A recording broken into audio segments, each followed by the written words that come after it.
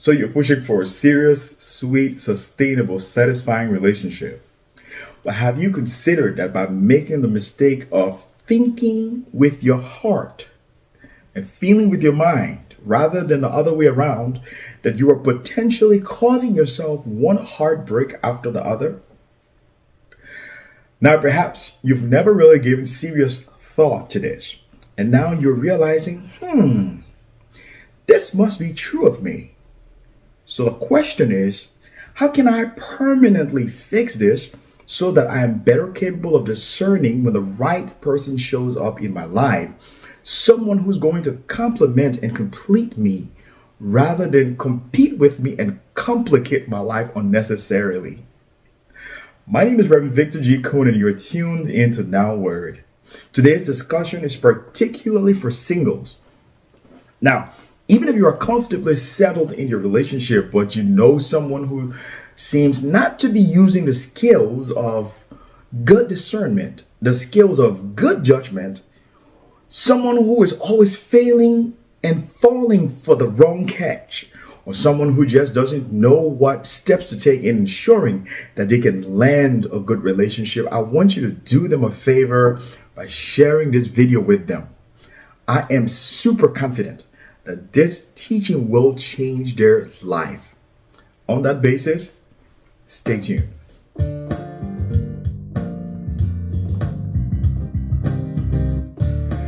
Thinking with your heart and feeling with your mind. That is the problem. But I want to stress that it is not a cause. Rather, it is a symptom of something deeper. First of all, let's quickly unpack what I mean by thinking with your heart and feeling with your mind. You see, the heart, as used here, is a metaphor for the seat of the human emotions, the aspect of our being that is responsible for our feelings, right? So it is from the heart, therefore, that we will feel pleasure when we win in life, or it is from the heart that we will feel upset when we are disrespected. It is from the heart that we'll feel anger when we are in the face of injustice, and so forth.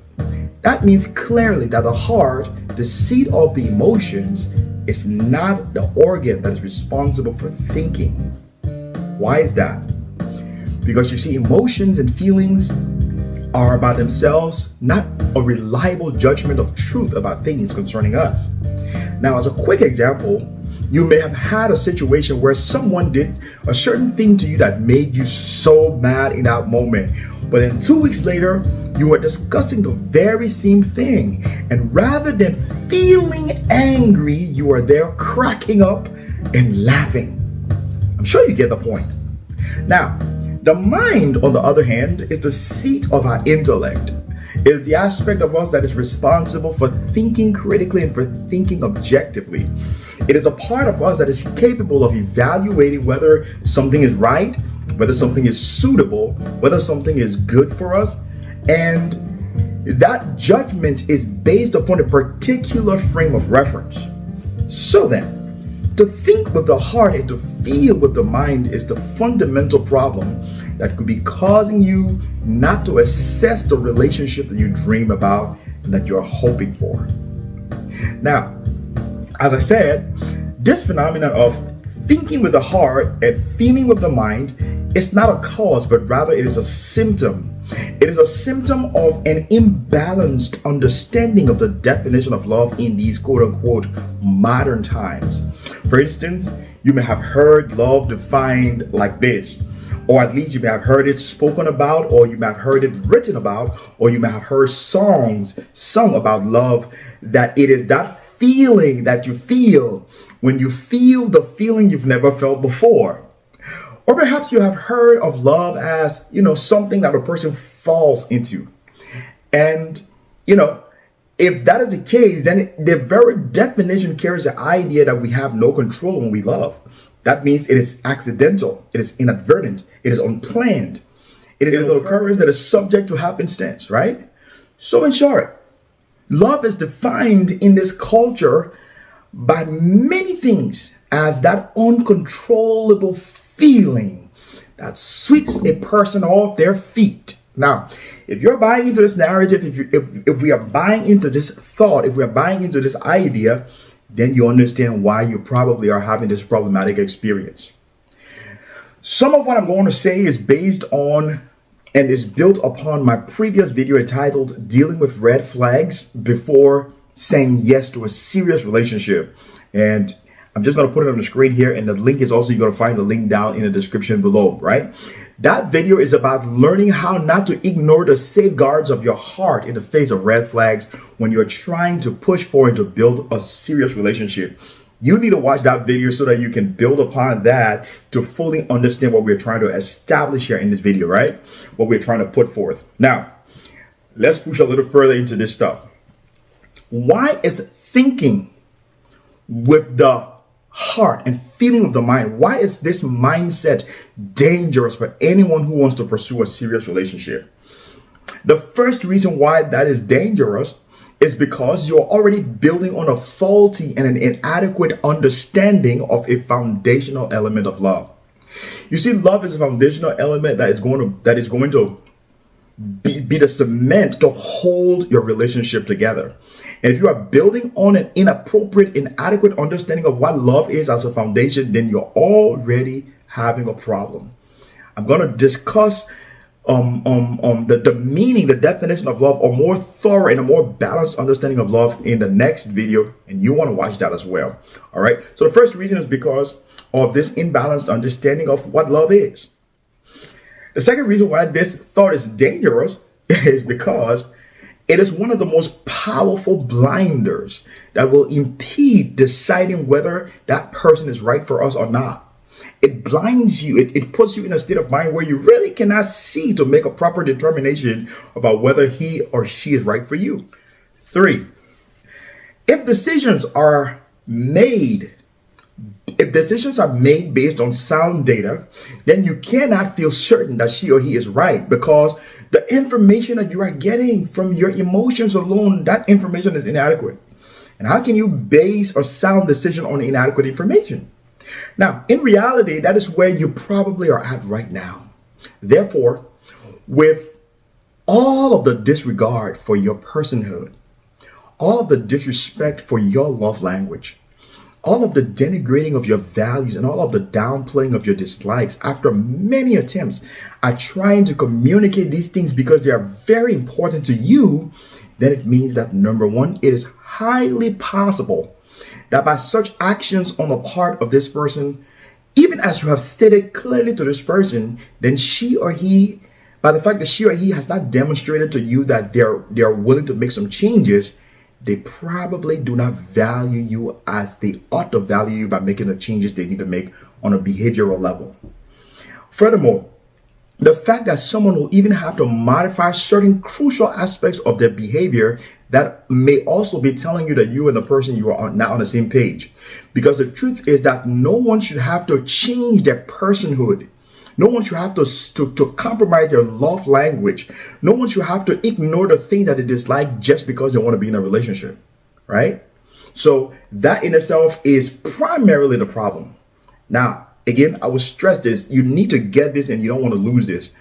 That no one should have to lose their sense of individuality. No one should have to give up their sense of personhood, their values, just to be in a relationship.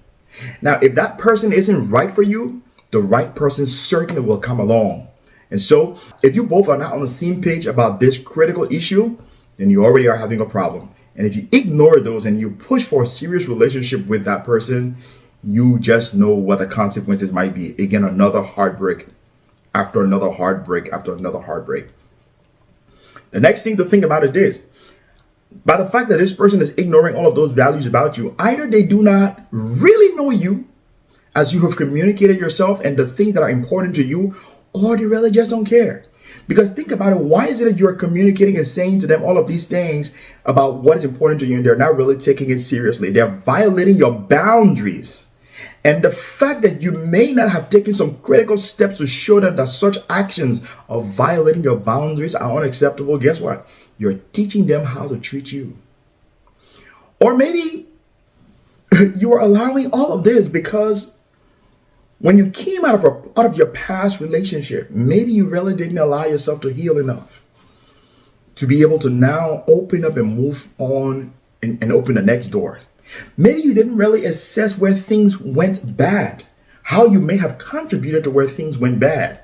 But most importantly, you may not have asked yourself or given yourself sufficient time to think about what you are looking for in a relationship and what you are looking for in a partner.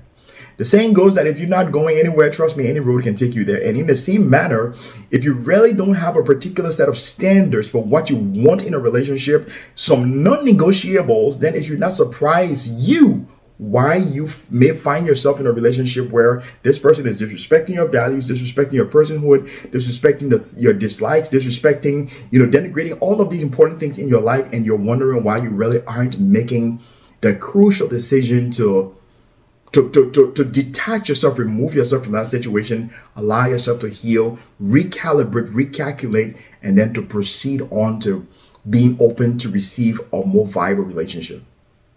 Maybe that's the reason. Now, if any of this is hitting home to you, I promise you, the fact that it is even hitting home to you is a powerful indicator that you know in your heart and in your mind that you deserve better.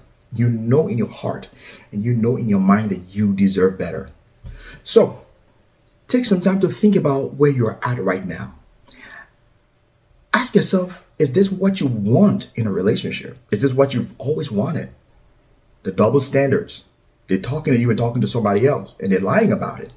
The disrespect, the dishonesty, the disregard for your values and those things that you hold dear. The lack of determination to intentionally build with you because this person knows that you are both heading in the same direction. If all of these things aren't manifesting, is that what you really want in a relationship? Think about it.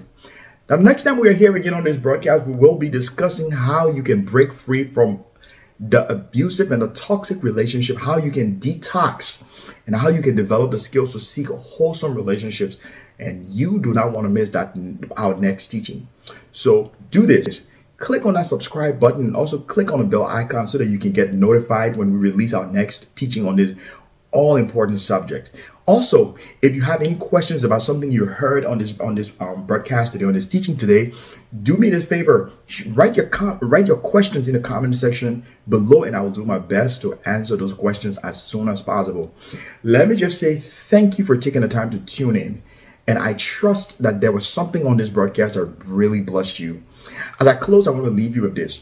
If the Word of God says that eyes have not seen and ears have not heard what the Lord has prepared for them that love Him, then I can guarantee you that the best of God for your life is yet to come, and it will surely come to pass. So stay in hope, grow in faith, and walk in humble obedience to the Lord. God sees your heart. God's got a blessing for you that's got your name on it. Don't give up hope. My name is Reverend Victor G. Coney. You've been listening to Now Word, and I just want to declare the blessings of God over your life and over everything concerning you. Until we come your way again next time with the next broadcast, stay blessed now and always. Peace.